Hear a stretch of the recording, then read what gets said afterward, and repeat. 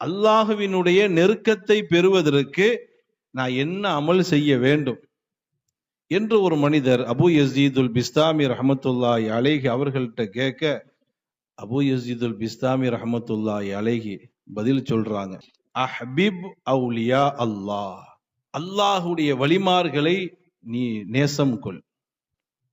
ஏன் நேசம் வைக்கணும்? லியுஹிப்பூக, அல்லாஹுடைய வலிமார்களை நீ நேசம் வைத்தால் அவர்கள் உன் மீது நேசம் வைப்பார்கள். அல்லாஹுடைய வலிமார்கள் மீது நீ அன்பு வைத்தால், முஹப்பத்து வைத்தால், அவர்கள் உன் மீது முஹப்பத்து வைப்பார்கள். சரி, பெண்ணா அடுத்த அழகான வார்த்தை சொன்னாங்க, ஃபஇன்னல்லாஹ யன்துரு இலா குலூபி அவுலியாஇஹி ஃபலஅல்லஹு அன் யன்துர இலா இஸ்மிக ஃபீ கல்பி வலியிஹி ஃபயக்ஃபிரு லக. அல்லாஹுடைய வலிமார்களின் மீது நீ அன்பு வை, அவர்களின் மீது நீ அன்பு வைக்கும் பொழுது அவர்கள் உன் மீது அன்பு வைப்பார்கள்.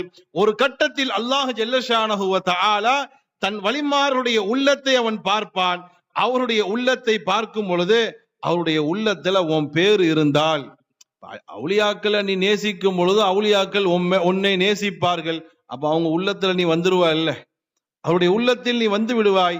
அல்லாஹ் தன் வலிமாருடைய உள்ளத்தை பார்க்கும் பொழுது அந்த உள்ளத்துல உன்னுடைய பெயர் இருக்குமேயானால் அல்லாஹ் உன்னை மன்னிச்சிருவான்ட்டாங்க.